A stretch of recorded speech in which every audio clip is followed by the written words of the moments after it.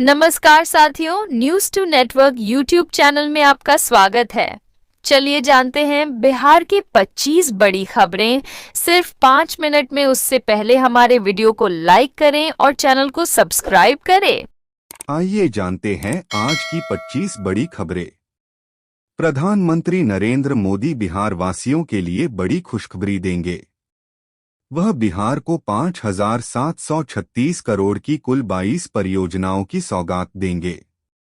इसमें वह पाटलिपुत्र जंक्शन गोरखपुर के बीच वंदे भारत ट्रेन को हरी झंडी दिखाएंगे। इस दौरान 53,666 गरीबों के खाते में पीएम आवास योजना की पहली किस्त भी भेजी जाएगी। इसके साथ ही 6,684 शहरी गरीबों को पक्के मकान की चाबी सौंपकर उनका गृह प्रवेश कराया जाएगा। जिस नदी को माता सीता ने दिया था सूखी रहने का श्राप, उसमें आया भयंकर पानी। लोगों को बचाने के लिए चलाना पड़ा रेस्क्यू ऑपरेशन। बिहार में मानसून की दस्तक के साथ ही बारिश लोगों के लिए आफत बन गई है। गया में देर रात बारिश के कारण अचानक फल्गु नदी का जलस्तर बढ़ गया और इस नदी का पानी सैलाब बन गया।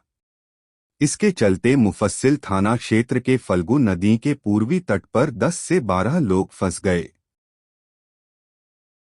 न्यूनतम समर्थन मूल्य पर होगी तेलहन और दलहन की खरीद। 2025 से 26 के लिए रेट लिस्ट जारी। बिहार में न्यूनतम समर्थन मूल्य पर तेलहन और दलहन की खरीद होगी। नेफेड और एनसीसीएफ को केंद्रीय अधिकरण नामित किया गया है। रबी विपणन मौसम 2025 से 26 के लिए चना, मसूर और सरसों राई की कीमतें तय की गई हैं। इस निर्णय से किसानों को अपनी उपज का उचित मूल्य मिल सकेगा। सहकारिता विभाग के अधिकारियों ने इस संबंध में बैठक की। मेरे घर के बाहर गोली चली या चलवाई गई, तेजस्वी यादव के गंभीर आरोप।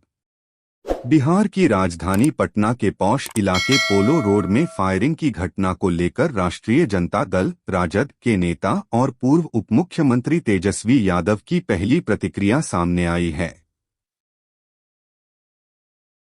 बिहार विधानमंडल का मानसून सत्र इस बार बेहद खास माना जा रहा है। 21 जुलाई से शुरू होकर 25 जुलाई तक चलने वाला यह सत्र भले ही छोटा हो, लेकिन इसका राजनीतिक वजन काफी भारी हो सकता है।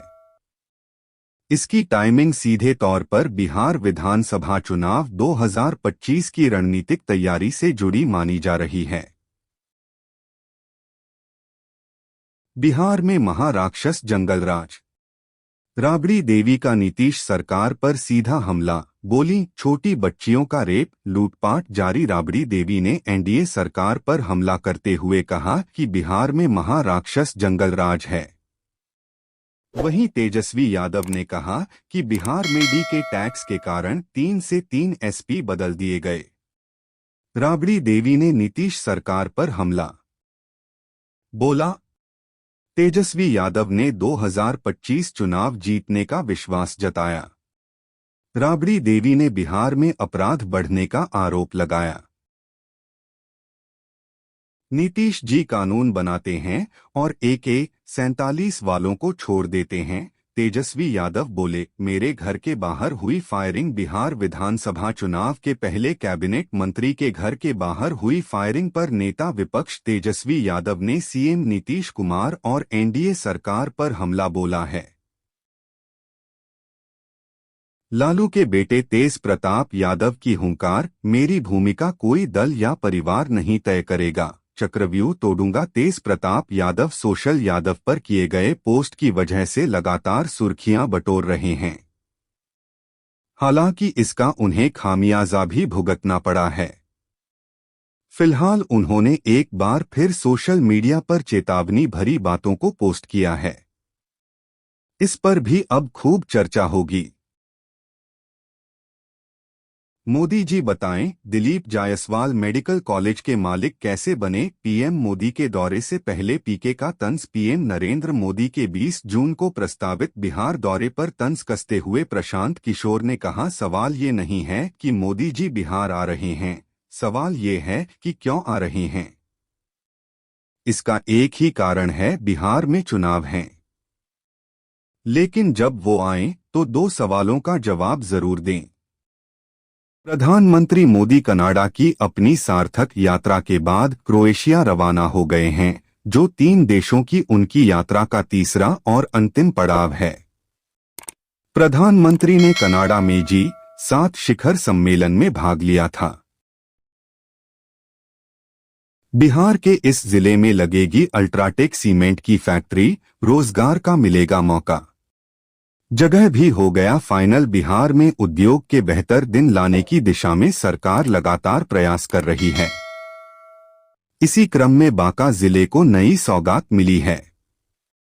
बांका जिला के कटोरिया में सीमेंट की फैक्ट्री लगेगी। यहां अल्ट्राटेक सीमेंट की फैक्ट्री लगेगी। कंपनी ने राज्य के उद्योग विभाग को सीमेंट ग्राइंडिंग इकाई की स्थापना के संबंध में एक्सप्रेशन ऑफ इंटरेस्ट का पत्र सौंपा है। बिहार का बेगूसराय जिला शैक्षणिक हब के रूप में विकसित होगा।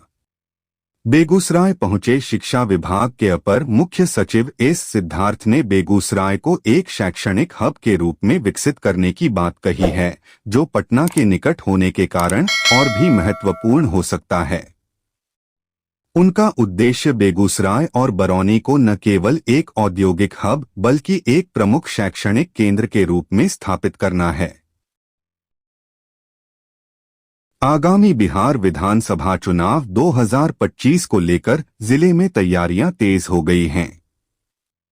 बुधवार को जिलाधिकारी तुषार सिंगला एवं पुलिस अधीक्षक मनीष ने चुनावी तैयारियों को लेकर अधिकारियों के साथ महत्वपूर्ण बैठक की। इस दौरान कई अहम निर्देश दिए गए। चुनाव ड्यूटी में तैनात अर्धसैनिक बलों के ठहरने हेतु भवनों की पहचान कर उसमें आवश्यक व्यवस्थाएं सुनिश्चित करने के निर्देश भी दिए गए हैं। इसके लिए निर्वाचक निबंधन पदाधिकारियों को जिला शिक्षा पदाधिकारी के साथ समन्वय बनाकर कार्य करने को कहा गया।